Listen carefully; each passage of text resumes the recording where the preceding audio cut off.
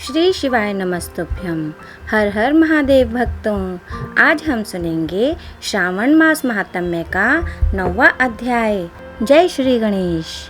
भगवान शंकर ने ब्रह्मा पुत्र सनत कुमार से कहा, अब मैं तुम्हें शनिवार व्रत की विधि और महात्म्य कहूँगा, तुम ध्यान लगाकर सुनो। श्रावण मास में शनिवार को 3 देवताओं श्री हनुमान, श्री नरसिंह जी तथा शनि जी की पूजा की जाती है। प्रथम मैं तुम्हें श्री हनुमान जी को प्रसन्न करने की विधि बताता हूँ। श्रावण महीने के शनिवार को हनुमान जी को खुश रखने के लिए अभिषेक तिलों के तेलों द्वारा रुद्र मंत्रों से करें। तेल मिश्रित सिंदूर उनके शरीर में लगाएं। जपा, अर्क तथा मंदार की माला से पूजा कर नैवेद्य के लिए उड़द का बड़ा तथा उपचारों द्वारा पूजन करें।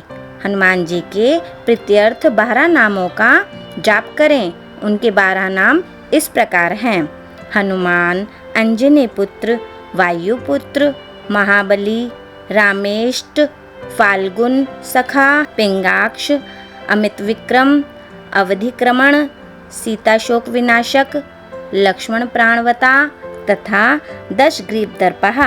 जो सुबह उठकर इन 12 नामों का जाप करता है उसे कभी कष्ट की अनुभूति नहीं होती, उसको संपूर्ण ऐश्वर्य प्राप्त हो जाता है।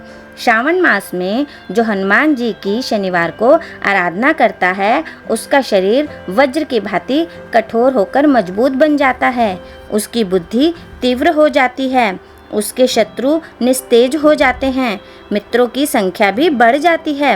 हनुमान जी के मंदिर में बैठकर जो व्यक्ति हनुमान कवच का 1 लाख पाठ करता है वह अणिमा आदि सिद्धियों का साधक हो जाता है।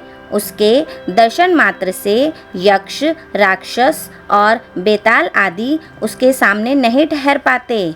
अब मैं तुम्हें भगवान नरसिंह की कथा व पूजन विधि बताता हूँ।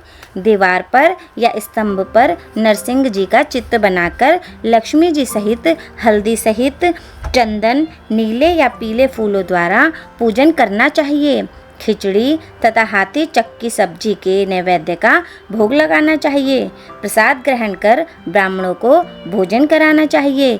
इसके बाद भगवान नरसिंह को तिल के तेल या शुद्ध घी से स्नान कराना चाहिए।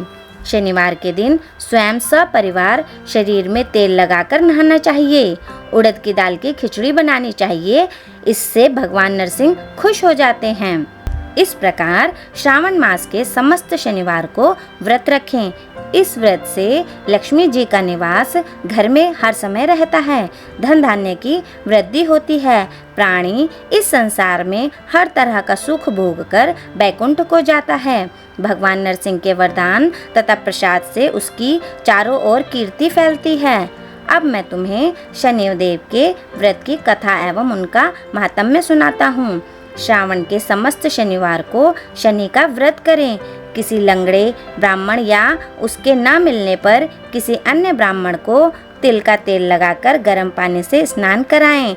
इसके बाद नरसिंह व्रत में बताए अनुसार अन्न से उसे भोजन कराना चाहिए।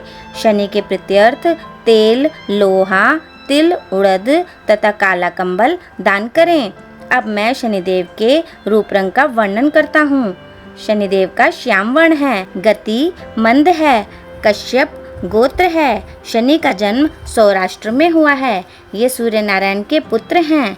ये इंद्र नीलमणि तुल्य हैं। इन्होंने बाण, धनुष तथा त्रिशूल धारण कर रखा है। इनकी सवारी गिद्ध है। इनके यम आदि देवता हैं। इनको कस्तूरी, अगर, चंदन तथा गूगल और नैवेद्य में उड़द की खिचड़ी प्रिय है। शनिवार की पूजा में इनकी लोहे की प्रतिमा रखी जाती है। दान देने के लिए श्याम वर्ण का ब्राह्मण उत्तम है। ब्राह्मण को 2 काले कपड़े तथा काले रंग की गायें बछड़े सहित दान में देनी चाहिए और उसकी स्तुति करनी चाहिए। एक बार राजा नल का राज्य छिन जाने पर राजा नल ने शनिदेव की आराधना की थी। शनिदेव ने उन पर कृपा की और खोया राज्य वापस प्राप्त हो गया। मनुष्य को चाहिए कि वह इस प्रकार शनिदेव की आराधना कर कहे कि मेरे ऊपर शनिदेव प्रसन्न हों। नीलांजन के समान कांतिमान अति मंद भ्रामी छाया नाम वाली स्त्री से सूर्य द्वारा उत्पन्न शनिदेव को मैं हाथ जोड़कर नमस्कार करता हूँ। मंडल कोण में स्थित पिंगल नामक शनिदेव को प्रणाम करता हूँ। हे शनिदेव, मुझ अतिदीन पर कृपा करो। इस प्रकार बार बार उनकी स्तुति करनी चाहिए। शनिदेव की आराधना में शन्नो देवी मंत्र का उच्चारण करना चाहिए। जो प्राणी सावधान होकर विधि विधान से शनिदेव की पूजा करता है, उसे स्वप्न में भी किसी प्रकार का भय नहीं रहता। शनि जन्म राशि से पहले, दूसरे, चौथे, पांचवें, सातवें, आठवें, 9वें या 12वें स्थान में हो तो सदा पीड़ा पहुंचाता है। इसलिए उसकी शांति के लिए शामग्नि मंत्र का जाप करना चाहिए और इंद्र नीलमणि का दान करना चाहिए। श्रावण मास महात्म्य का 9वां अध्याय समाप्त। श्री शिवाय नमस्तुभ्यम। हर हर महादेव भक्तों।